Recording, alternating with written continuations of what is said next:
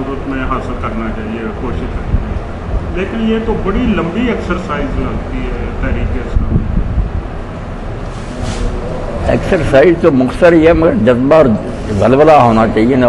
ایسے آدمی نہیں ملتے جو اٹھ کھڑے اور لوگوں کو دعوت دیں ایسے جوش اور جذبے کے ساتھ کہ خود بھی وہ فنا ہو چکے ہوں تحریک میں اور لوگوں کو بھی اس کی طرف بلائیں۔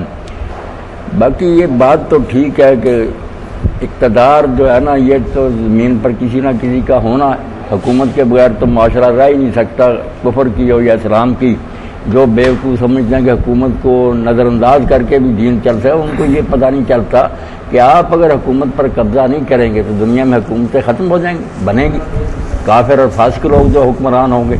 تو اسلام کو ان کے زیر سایہ ہوگا، پھر جتنی وہ رعایت دیں گے اسلام کو اتنے پر عمل ہو سکے گا۔ جب وہ کہیں گے یہ کام نہیں تم کر سکتے، نہیں کر سکتا کہ نماز کے لیے بھی ہمیں اجازت لینی پڑے گی کہ ملازمت کے دوران پڑھنے دیتے ہو کہ نہیں۔ اسلام بیچارہ متحد ہو جائے گا کفر کے۔ اگر اسلام غالب ہوگا، اسلام کی حکومت ہوگی تو کفر اس کے زیر سایہ ہوگا، وہ ذمہ ہوں گے ہمارے، ہم ان کو بدماشی کے کام نہیں کرنے دیں گے، پوجا پاٹ وہ کرنا چاہتے تو کریں، سکھ ہوگا امن ہوگا۔ تو جن لوگوں نے یہ باتیں اسلام کے بارے میں پھیلا دی اب بھی ہیں، اور امریکہ اور برطانیہ اور سارے کافر ان کی پشت پناہی کرتے کہ یہ اسلام ٹھیک ہے، جو صرف نہ تبلیغ کرے، واعظ نصیحت کرے، حکومت کی بس وہ جوتیاں کھاتے رہیں مسلمان، اور یہ مطمئن رہیں کہ بس اللہ راضی ہو رہا، کلمہ پھیر رہا۔ تو یہ بات تو سید قطب کی عقلاً بھی صحیح ہے کہ حکمرانی کے بغیر کوئی نظام قائم نہیں رہ سکتا۔ اب تو لوگوں نے آزما لیا کہ دیندار لوگ رو رہے ہیں کہ اس نظام میں ہم نہ سچ بول سکتے ہیں۔ رات ہی بچے ملنے کے وہ کہتے ہیں یار عدالت میں جا کر مولانا کیسے سچ بولیں، محکموں کو کیسے صحیح بتائیں، اور اگر سچ بھی بتاتے ہیں وہ مانتے نہیں، وہ کہتے ہیں نہیں تم نے صحیح نہیں حساب بتائے، کئی گناہ کر کے ٹیکس لگا دیتے ہیں، مر جاتے ہیں لوگ، یا پھر انہیں رشوت دینی پڑتی ہے، جب رشوت دے دیتے ہیں وہی حساب ٹھیک ہو جاتے۔ تو اب کہاں ہے وہ تقوی اور پرہیزگاری جو یہ پیدا کرنا چاہتے کلمہ سکھاؤ لوگ دیندار، بھائی دیندار وہ بنیں گے بیچارے کیسے؟ ان کو تو لازماً جھوٹ بھی بولنا پڑے گا، یہ سارے دورے حساب رکھنے پڑیں گے۔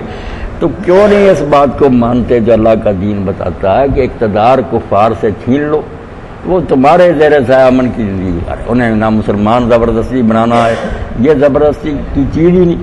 اگر زبردستی بھی اسلام سے اتارا جا سکتا نا تو یہ کوئی زیادتی نہیں تھی۔ جو کہتے ہیں نہیں جبر نہیں، جبر کرنا بھی برا نہیں تھا، جیسے منشیات یہ چھڑاتے ہیں، قتل و غارت چھڑاتے ہیں زبردستی پولیس اور فوج ہے، تو برا تو نہیں کرتے، امن قائم کرنے کے لیے ضروری۔ تو کفر جو جہنم میں جانے کا سبب ہے وہ زبردستی بھی ہم ان سے چھڑا دیتے تھے، کوئی بات نہیں، مگر چونکہ یہ معاملہ دل کا، اللہ پاک فرماتا ہے تم اگر تلوار رکھو گے وہ منہ سے کہہ دیں گے منافق بن جائیں گے، اندر سے تو نہیں مانتے، ورنہ یہ بھی کوئی ظلم نہیں تھا کہ وہ کفر سے نجات دلا دی جائے۔ تو غلبہ اسلام جو لوگ نہیں چاہتے وہ آہستہ آہستہ پھر اسلام کارنر ہوتا جائے گا، مختصر ہوتے ہوتے پتہ نہیں کسی دن یہ ہمیں کلمہ بھی پڑھنے دے یا نہیں۔ تو حکومت کی بات جو سید قطب شہید نے کہی، یہی مودودی صاحب کہتے تھے، 1000 سال کے بعد مولانا یہ سب دہرایا، ورنہ یہی تھا تفسیر عربی کے نقطے حاشیہ در حاشیہ اس کا حل کرتے رہو۔ یہ نظام دسانہ دین کا غلبہ مسلمان اس سبق کو بالکل بھول گیا۔ اب تو جی مولانا کل وہ ایک انگریزی وہ اقتباس آیا اخبار میں، اور یہ بھی سید قطب نے کہا کہ جو لوگ مطالبہ کر لیں تم بینکنگ کا سسٹم بتاؤ کیسے ہوگا، تم یہ بتاؤ، کہتے سب باتیں فضول، کیا نقشے بنا کر ہمیں نے دے، ایسے رسول اللہ نے کیا تھا مکہ میں سارا پروگرام۔ یہ عملی دین ہے، پریکٹیکلی جب اسلام کو ماننے کے لیے کوئی معاشرہ تیار ہو جائے گا، مشکلیں پیش آئیں گی، وہ حالات کے مطابق پھر مناسب حل بھی سوچتے جائیں گے۔ اسی لیے ہم حدیث کی کتابوں میں پڑھتے ہیں، یہ تو کئی فقہاء نے، حکمت کے حنفی نے تو بہت کیا نا، فرضی، یہ کیا کیا بھائی، فرضی مسائل اگر ایسا ہوا تو یہ خواہ مخواہ پہلے سے حل کر دیے جب مشکل بنی ہوئی ہے۔ بھائی حالات سامنے جب آئیں گے اس وقت مفتی اور عالم دیکھے گا کہ اس موقع پر مناسب کیا طریقہ ہے۔ اسی لیے امام دارمی نے ایک باب باندھا کہ صحابہ اور تابعین سے جب کوئی مسئلہ پوچھتا تھا نا وہ کہتے ایسا پیش آیا ہے، اگر وہ کہتا نہیں میں ویسے ہی فرض، وہ کہتے نہیں، جب آئے گا نا اس وقت اللہ علماء کو خود حل سجا دے گا۔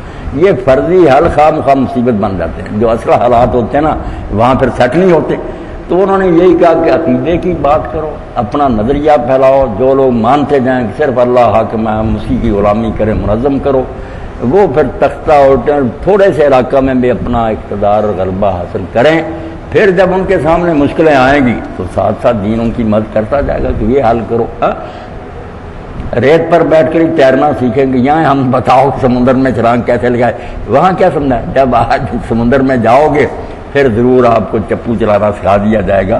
دین نے مدینہ میں جا کر جو جو مشکل حالات پیش آتے گئے مناسب ہے تو وہ کہتے ہیں یہ عملی دین ہے، نظری نہیں کہ خیالی باتیں پہلے سے ہی لوگوں کو کہتے رہو یہ ہے یہ ہے، پہلے عقیدہ سمجھاؤ۔ اور یہ بات جو ہے نا لا اللہ کا معنی کہ یہ صرف یہ نہیں کہ لام الف ہے، یہ بغاوت ہے ہر اس نظام کے خلاف، خواہ مسلمان کلمہ گو نہیں قائم کر رکھا ہو جو اللہ کی شریعت سے منحرف ہو کر بنا۔ ایسی حکومتوں کا تختہ الٹو۔ سید مودودی رحمۃ اللہ نے کہا کہ انگریزوں نے اپنی چھاؤنیوں میں باقاعدہ امام رکھ لیے، تنخواہیں دیتے تھے، مسلمان سپاہیوں کو نماز پڑھاتے تھے، اذان ہوتی تھی، وہ کہتے یہی دلیل تھی کہ اسلام مر چکا، ورنہ اگر وہ سمجھتے کہ یہ اذان کیا ہے، یہ جب کہتا اشہد ان لا الہ، یہ تو اعلان کر رہا کہ میں برطانوی حکومت کو نہیں مانتا، میں عدالتوں کا باغی، میں ان سارے نظاموں کا تختہ اٹھنا چاہتا۔ سپاہی بھی یہ سمجھے تو یہ اپنی چھاؤنی میں خود یہ کام کراتے، وہ بھی سمجھتے ہیں نہ کہنے والے کو پتہ ہی کیا ہے، رسم اذان تو رہ گئی، روح بلالی، وہ سمجھتے ہیں کہ یہ مر چکے ہیں، بس ایک خیالی کلمہ لیے پھرتے ہیں، ورنہ کلمہ کو چھوٹی بات، اعلان تھا بغاوت کا، انقلاب کا، کہ صرف اللہ کا حکم چلے گا اور کسی کا حکم نہیں چلے گا۔ کاہن، پاپا، امیر، وزیر، بادشاہ، سلطان سب مخالفت میں اٹھ کھڑے، جو گرجوں میں بیٹھے تھے پادری پنڈت، انہیں بھی خطرہ ہو گیا کہ اس نے تو اعلان کر دیا کہ کسی مولوی اور ملا کا فتویٰ نہیں چلے گا، دین تمہارا نہیں، جو اللہ نے اتارا وہ بات چلے گی۔ اللہ نے قرآن میں بھی اسی لیے کہا کہ لوگوں نے اپنے مولویوں اور درویشوں کو رب بنا لیے، ان کو بھی کہا کہ یہ بھی خدا بن جاتے ہیں کہ اپنی طرف سے فتوے گھڑتے ہیں اور لوگ کہتے ہیں یہ اللہ کا حکم، اللہ کے نام پر اپنی حکومت چلاتے ہیں، اور دوسری طرف حکمران ہوتے ہیں جو ذل سبحانی بن جاتے ہیں کہ ہمیں اللہ نے تخت دیا، اگر ناراض ہوتا کیوں دیتا۔ اب آپ کے حکمران بھی یہ کہہ رہے نا کہ اللہ نے مجھے دیا، ناراض ہے تو مجھے کیوں دیا، میں مکے میں جاتا ہوں، کعبے میں جاتا ہوں، نہیں سمجھتے کہ یہ تو آزمائش ہوتی ہے۔ فرعون اور نمرود کو بھی دیے، کیا وہ اللہ کے پیارے تھے؟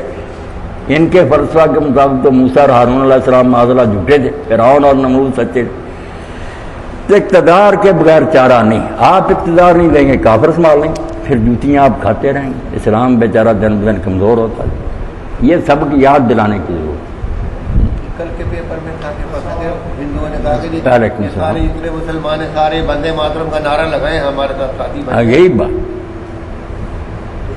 جب کمزور ہوں گے تو پھر یہی اقتدار سے ہوتی ہے۔ یا تو کوئی ایسا نسخہ چوتھائی سا بھی یاد کریں کہ دنیا میں حکومت ہو ہی کوئی نہ، پھر بھی ٹھیک ہے، بات کہ کافروں کی بھی نہیں بنی، ہر کوئی اپنی فکر کرے، جیسے جاوید گامدی بھی کہتا تبلیغ فرد کو اپنی اصلاح کرنی چاہیے۔ بھائی جب حکومت ہے اور معاشرہ حکومت کے بغیر رہ نہیں سکتا تو حکومت آپ کو مرضی کرنی جائے گی، فرد کو وہ اپنی مرضی کا نظام تعلیم لائے گی، اپنے قانون بنائے گی، اس کے جو ملازمین ہیں وہ آپ کو تنگ کر دیں گے حرام کھانے پر۔ اقتدار سے جو آنکھیں چراتے نا یہ دین نہیں پھر آئے گی۔ شریعت کے مسائل نے کہا کوئی پہلے بتانے کی ضرورت نہیں، اگر پوچھے بھی تو دیکھو یار جب ضرورت پڑے گی نا حل ہو جائے گا، پہلے دین کے لیے فکر تو پیدا کرو، لوگوں کو اس بارے میں آگاہ کرو، کوشش کریں۔ اب تو جی امریکہ نے وہ ٹاسک فورس نے جو رپورٹ دی ہے نا جی حکمرانوں کو ادھر، انہوں نے کہا جی کہ جمہوریت کی ڈاٹا آپ چھوڑ دیں مسلمان ملکوں میں، وہاں پر جو آپ کا حمایتی ہے اس کی سپورٹ کریں۔ جمہوریت سے تو کہتا ہے جی کہ حماس آ جاتا ہے، جمہوریت سے ایران میں مطلب انقلاب جمہوریت سے حزب اللہ جو ہے جنم لیتی ہے۔ دیکھ لیں جو دنیا میں بڑا بنا پھرتا تھا چیمپئن ہے جمہوریت کا، چھوڑ دیا، کہتے ہیں نہیں ہمیں رویہ جمہوریت، ہمیں تو اپنے مطلب کا آدمی چاہیے۔ اس سے پتہ چلا کہ یہ تہذیب کتنی کھوکھلی ہے، یہ سائن نائی جھوٹے نگوں کی مینا کاری۔ اقبال بھی کہتے ہیں یہ چمکتے جو تمہیں نظر آ رہے شیشے یہ جھوٹے نگ، یہ ساری جو الفاظ بولتے ہیں حقوق انسانی، آزادی، انسان، بالکل مکاری ہے ان کی، کوئی ان کا یہ ارادہ نہیں، فریب دیتے ہیں۔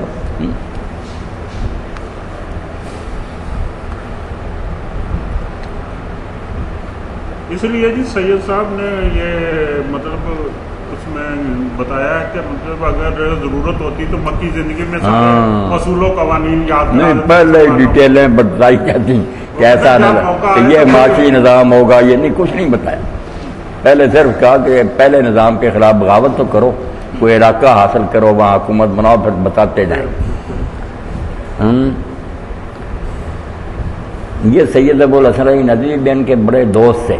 اب وہ جماعت کو چھوڑ کر تبلیغی جماعت میں چلے گئے تھے نا ابو الحسن، تو ان کو بھی راغب کرتے رہا سید قطب. اپنی کتابوں کا دیباچہ انہوں نے ان سے لکھوایا سید قطب سے کہ یہ بڑا دین کا دائی ہے.